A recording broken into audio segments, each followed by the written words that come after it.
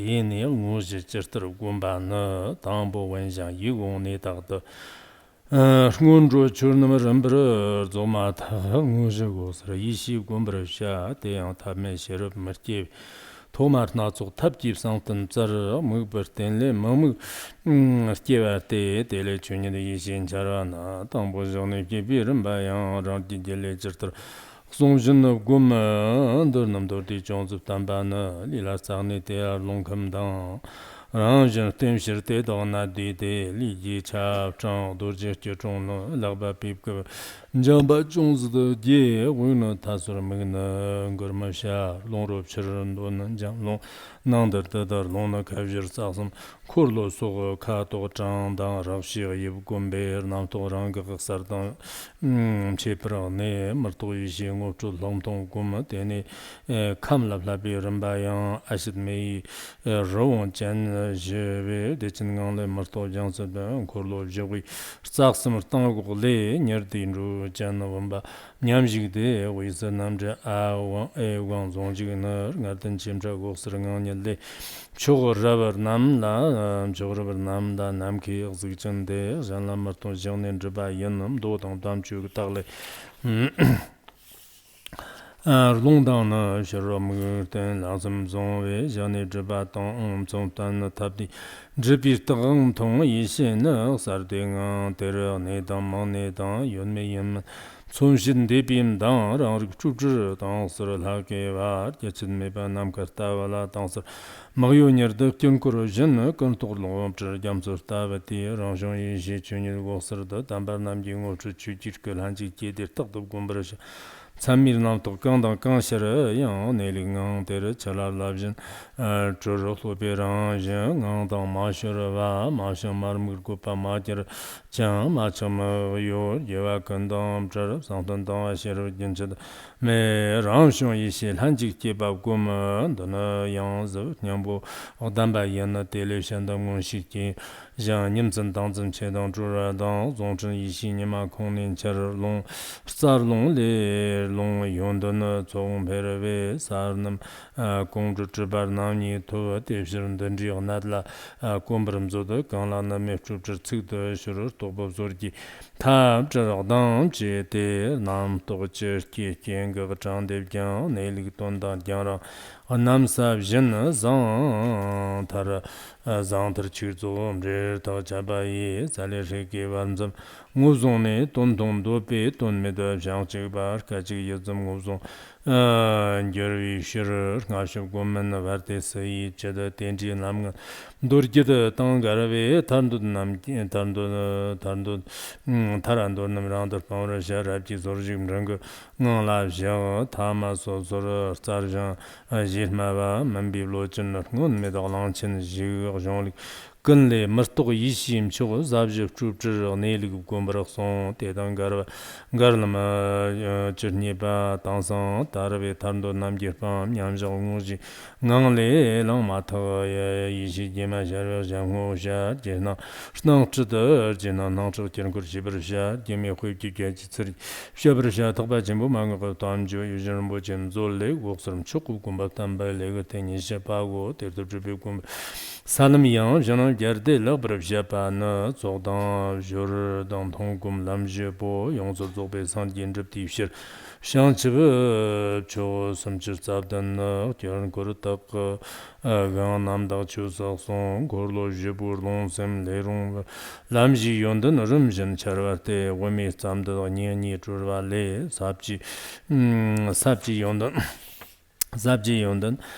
Sabji yondan nangnin charwar ngi zhirwan korlo longsam lerong we tsoglam Simbo zhortang charwar te sanji zhirki jaram tong zhirwan yeda tsoglam chung zhamba nyerzhag te lir taraf kietba li zhan nyerzhag ba zor shong lang to yi shi Rvana, Zora Jamba Nerja Jabarte, Sem Don Sem Shon Chuba Nerji, Uguma Sem Janera Jozoba, Rambarte, Nam Da Chu, Gana Jammer, Shibana, Chujan Jalabe, Yeleson, Janda Yang Pobji, Ponji Rambana, Titter Gumbe Gidan, Magiva, Zembajibo Yang, Ponwarte, Magi Churna Marti, Maki Chan, Tiba Jamshir Baston Sonjipson, Agi Churna Marti, Tibarte, Tibar Pipshin Baston Sonjipson, Chimbo Zumchirkan Wavjiv Gumiyan, Kirzoton Lamaya, Stirchik de Chandang, Dandang Shotan Semnamgi, Tanzan Kyomejiva.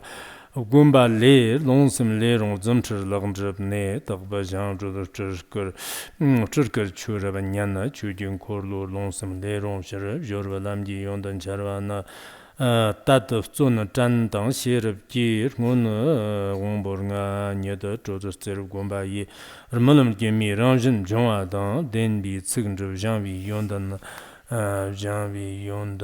dan, Jami Yondan na Liki Sho Chen me pa yer, Tony Ranjin, Zopa Chumcho Gum, Nansong Namchila Gestaf Tamba, Tanzan Zamjerton Lem Chok de Parts.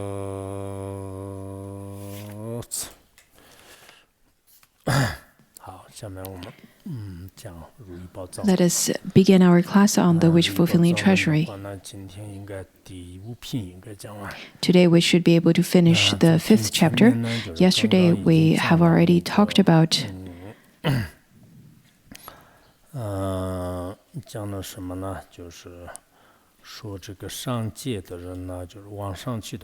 if the sentient beings were to traverse upwards, they would have to rely upon the miraculous powers of themselves or of the others. That's the only way to traverse upwards. Let's continue. Let's look at the next verse. Over here it says that the group of Brahmins at the time of coming to the Jambudvipa would rely on emanation. The celestial beings of the desire realm heavens as well as the form realm heavens, when they come downwards to Jambudvipa, they would rely on an emanation that would come downwards. The celestial beings, such as the Brahmins, the celestial beings of the Brahman heaven, at the time of coming to Jambudvipa, their true body would stay in the celestial realm without any movement. However, at the time of coming to the human realm, they would rely on the emanation body, emanated body, for whatever purpose, maybe to liberate sentient beings or maybe to do other things, but that's the kind of body they would rely on. According to the Avatamsaka Sutra, it also talks about the Brahman heaven celestial beings could manifest into many different forms and into many different bodies in the 3,000-fold world without their actual body having even a movement.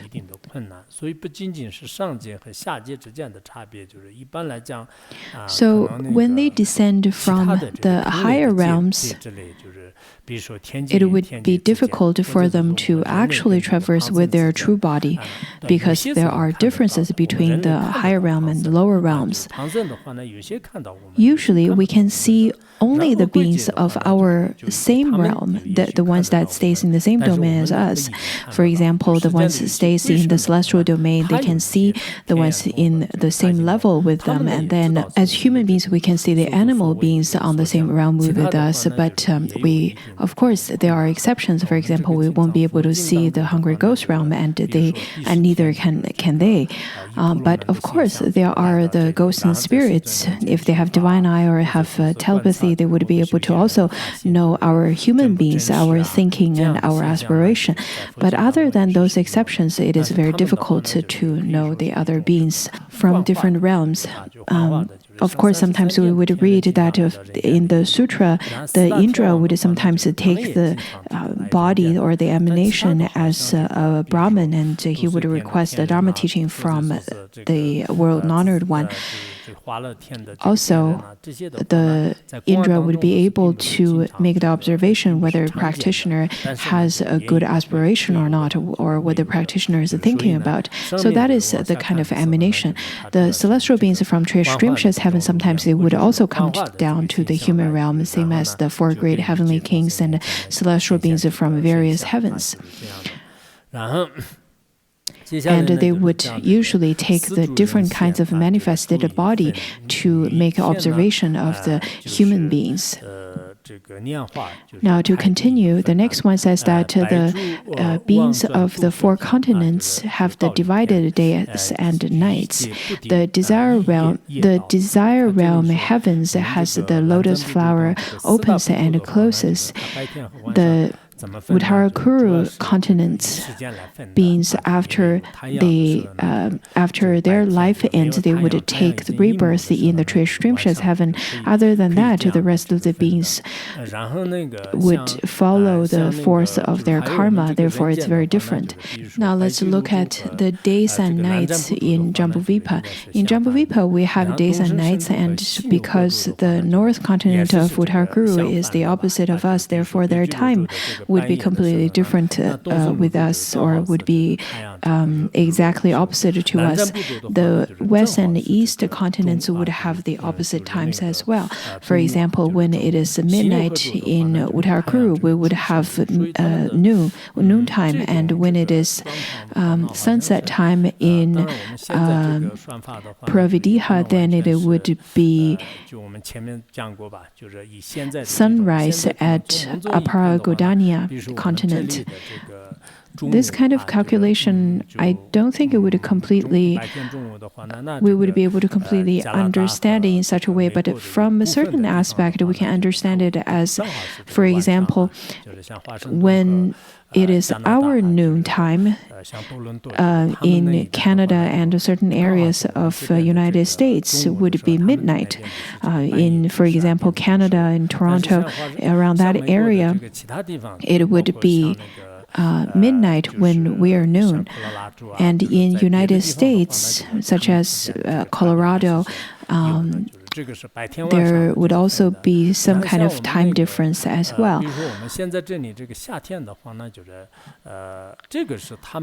In terms of the hemisphere, since we're in the north hemisphere, then we share the same season with North America. But in New Zealand and Australia, while we're having summer, they are having winter, including Argentina, all of those countries in the South Hemisphere.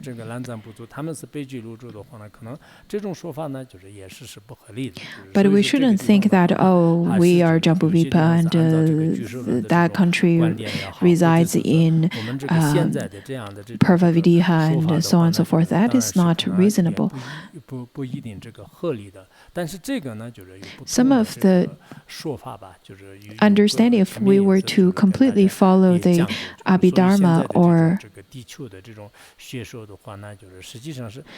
to limit our view on in that way, then it may not be very accurate. But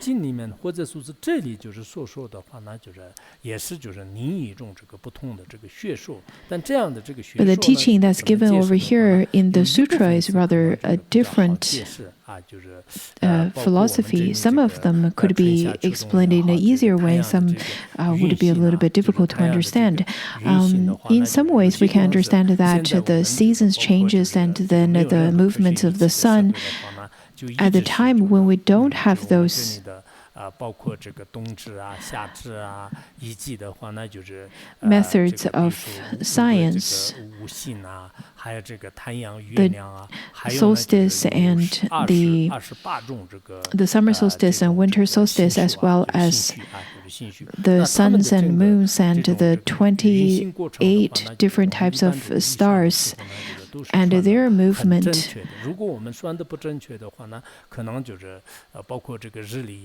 follows a different pattern than that's how people used to calculate all of those kinds of movements and dates and so on before before we have the scientific equipment to make the observations. So back then we would use the calculation of the different months and use the different observation of all the stars and astrological changes, as well as the solar calendar. And in China, people would use I Ching and use the 8 different kinds of diagrams to calculate. And in Tibetan calendar or in the Tibetan traditions, we would then talk about the 7 types of stars or 8 types of stars, also 28 types of stars.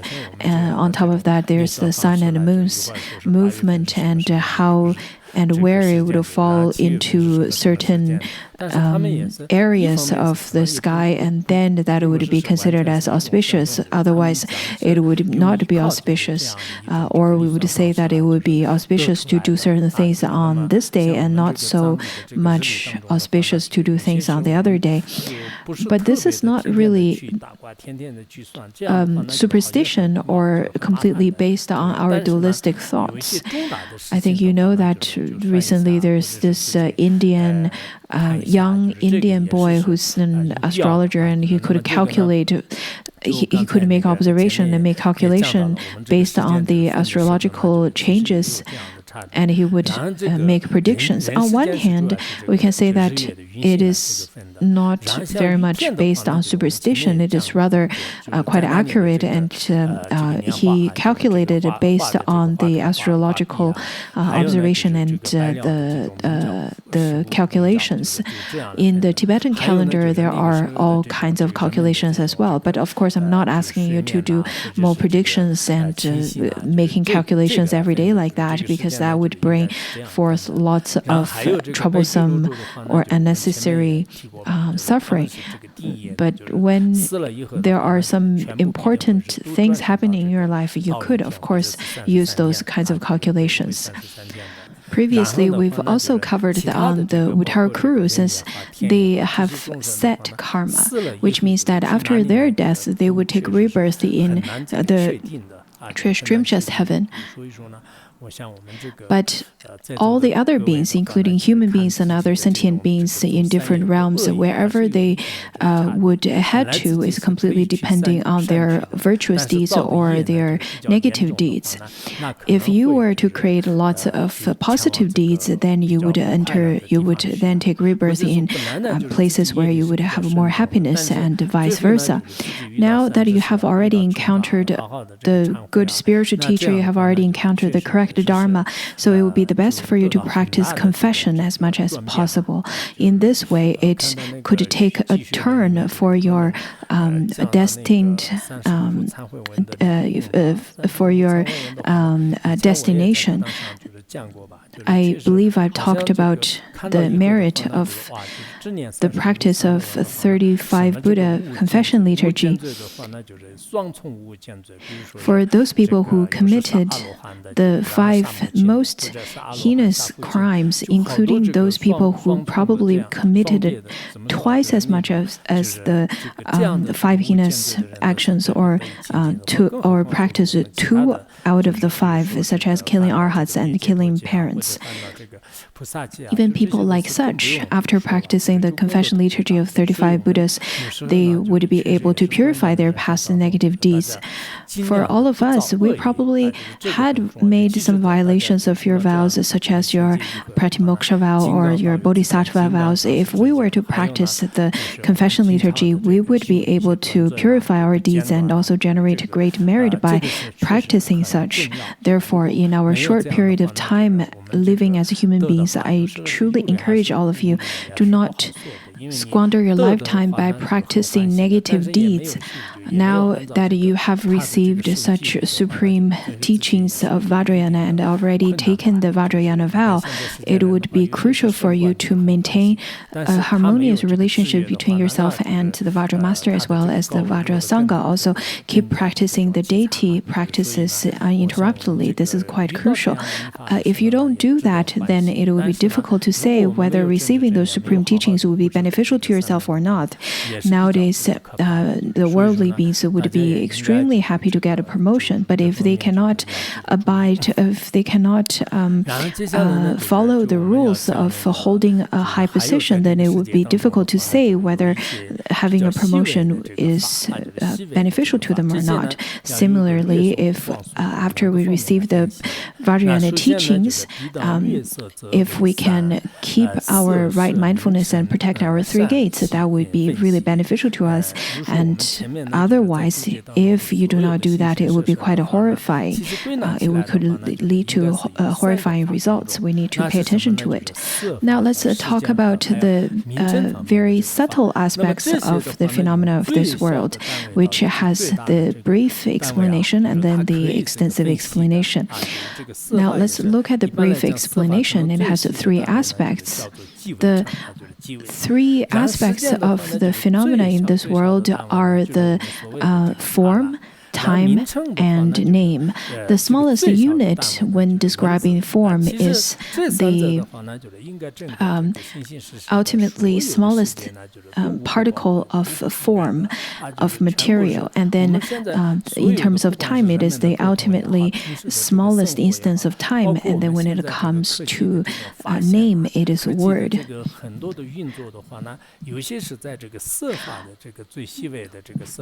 When we look at the life around us, whatever is surrounded by us, or when it comes to our daily communication to the others, or our current life, or our scientific discoveries, all of such are surrounded by as well as evolved with all of those smallest units. In the Hinayana teachings, where we would talk about the partless particles which formed the external phenomena, as well as the partless consciousness, which is the unit that formed our subjective understandings. So this is the brief explanation. Let's look at the extensive explanation. It talks about the smallest instant of time, the smallest particle of material, and the smallest unit of name, which is word. Over here, it talks about the ultimately smallest particle of material. Let's look at the first one. It talks about the ultimately smallest particle of material after it takes 7 folds every time it is formed into iron particles, water particles, rabbit particles, sheep particles.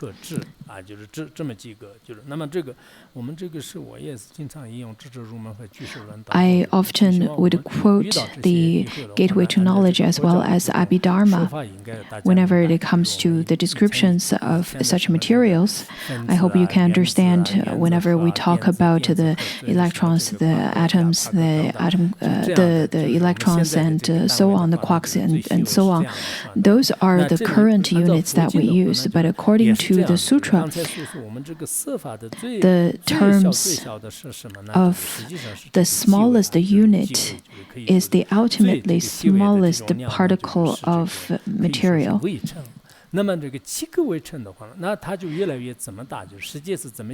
After this unit increases by 7 times, it is called an iron particle. Some says it's a metal particle or a gold particle. It has different translations, but the smallest particle, the ultimately smallest particle, after it takes 7 times of its size, it is called the iron particle. And after that iron particle increases 7-fold, it is a water particle. And then the 7 times of a water particle is called a rabbit hair particle. Some said it's a rabbit hair particle because it is said that you would be able to see it. It's almost as the size as a rabbit hair. And 7 times of that rabbit hair particle is a sheep hair particle. And then after 7 times of the sheep hair particle, it is a yak hair particle. And then 7 times of that is a sun particle, which is something that we would be able to see under the sunlight. That's the size of that sun particle. 7 times of that sun particle is the louse egg particle, and then 7 times of the louse egg particle is a louse particle, and then 7 times of that is a barley grain particle. Or barley grain, rather. That's the unit. According to the commentary of Abhidharma, as well as the journey of traveling to the west in Tang Dynasty, there are different translations, and some of the translations points to the barley grain and some points to wheat. There's a difference in the Tibetan language describing the 2 different types of crops. So it is natural that in the Chinese language there are the different translations as well. Anyhow, over here it says that 7 times of that grain size, that barley grain size, is a finger width, and then 24 times of finger width are 1 cubit. 4 cubits are 1 fathom. 500 fathoms are 1 mile. And 1 mile is also called arenia. 8 miles are 1 league. We've talked about this before. Usually we talk about the 24 finger width is called 1 cubit. That's when you extend both of your hands from the one side's fingertip to the other fingertip. That is 1 fathom. And then 500 fathoms are 1 mile. In the direct Chinese translation, it is called the hearing distance. Why is it called hearing distance? It is when a yak would cry out loud, you would still be able to hear to the extent of the distance that you would still be able to hear the yak's cry. Then that is the length. So this particular length describes the length of where you can still hear the yak's cry. And then 8 miles are 1 league. This is how the king back in the ancient times would be able to lead their armies to walk within 1 day. Therefore, it's called 1 league. When it comes to the measurements, such as the finger width and using the finger width and the cubits to measure people's height, we're really talking about the average of humans' heights. We're not talking about the exceptions, such as how usually the Dutch people are much taller, or how certain people in different countries are much shorter. We're talking about the average height. The descriptions over here of the distance, some of them are a little bit different than that of some other sutras. In the sutra we studied last year, where we talked about if you heard some conflicts and arguments, it would be the best for you to part for 100 yujanas. We calculated back then how far is 100 yujanas? Is between Sirta to Chengdu. How many kilometers? 600? 650? 100 yujanas. Over here, this is when we talked about that. It was it would be the best to part from any discursive arguments for 100 yujanas. It would be the best for us to run to Chengdu if you heard any of the arguments and conflicts over here. Nowadays, we use different units such as kilometers or miles. In Master Xuanzang's journal of his journey to the west, to India, that is, he calculated some of them with miles, some of them with yujanas. Master Faxian, in his journal of his trip to India, he recorded some of the, for example, the size of a Buddha statue with a different unit. Some of the names or some of the measurements are a bit different. That is between Master Faxian and Master Xuanzang. Now let us look at the smallest unit of time. The ultimately smallest instance of time is about 1 out of 64th of time of the snap of finger. 120 such units is called a moment, and 60 times of such kind of moment is called 1 instant. In this particular calculation, the smallest unit of our world is called the ultimate smallest instant of time. There are, of course, all different types of names, such as the units that we use, such as minute and seconds. But I think we don't really talk about things that's more subtle than seconds in our daily life. But in the sutra or in the Buddhist teachings, when we talk about the ultimately smallest instance of time, we would talk about at the time when a young man snaps his finger, and 1/64th of such snap of finger is the smallest unit. Some said 65 and some said 64. There's a subtle difference. And the one snap of finger, during one snap of finger,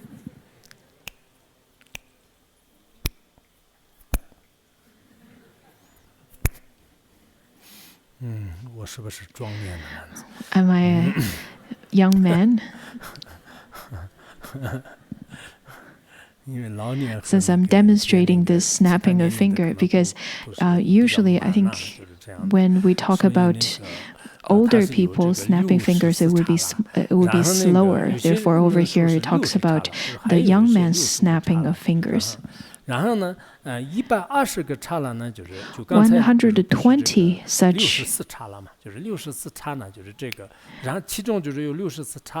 smallest instant of time, which is the 1 out of 64th of that instant of time.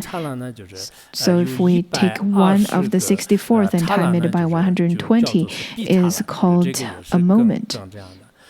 60 such moments is called 1 instant. If we were to calculate in such a way, one day would have 900 instants. 30 types of instants is a short while. And 30 short whiles forms 1 whole day. Sometimes we would say that I'll be there in a short while. We think that it's rather a very short period of time, but 30 such short whiles would form one day. And 30 days is a month. 12 months is 1 year. That's how we calculate time.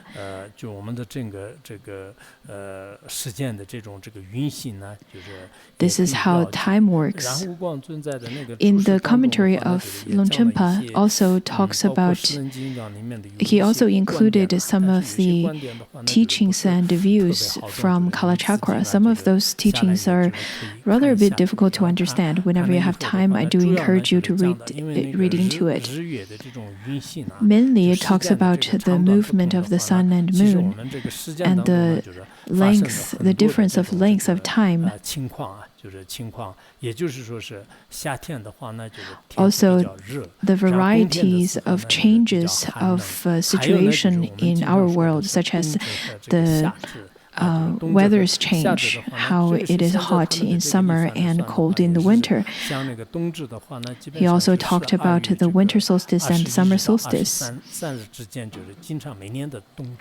When we talk about solstice, it is between the 21st of December to 23rd of December, and whenever we talk about the summer solstice, it is usually the 21st of June. Today is already 26th of July, so our summer solstice has already passed this year. The summer solstice signified the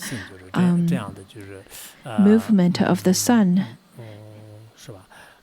would change its course.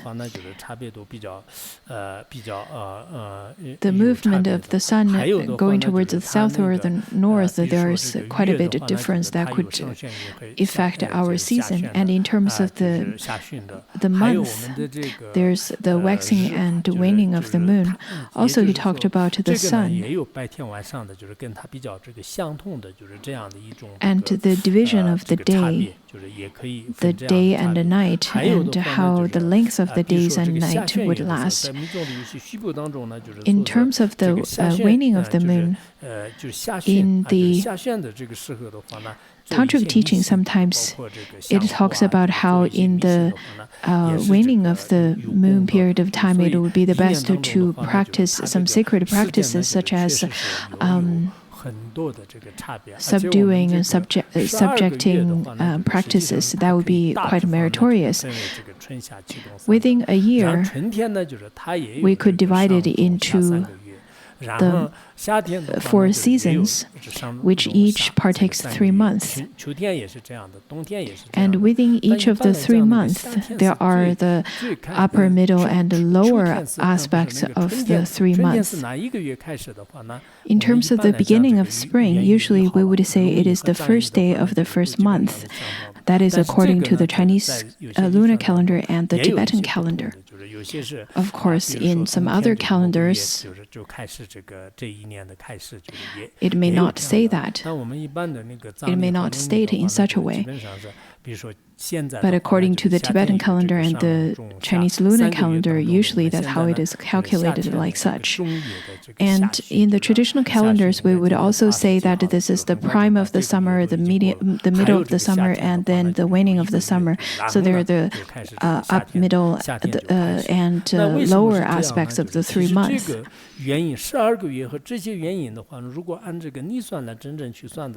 What's the reason of the 12 months that is existent in our continent? If you were to look at the reason, it is because of our current world is formed by the 4 great continents and 8 small or 8 subcontinents.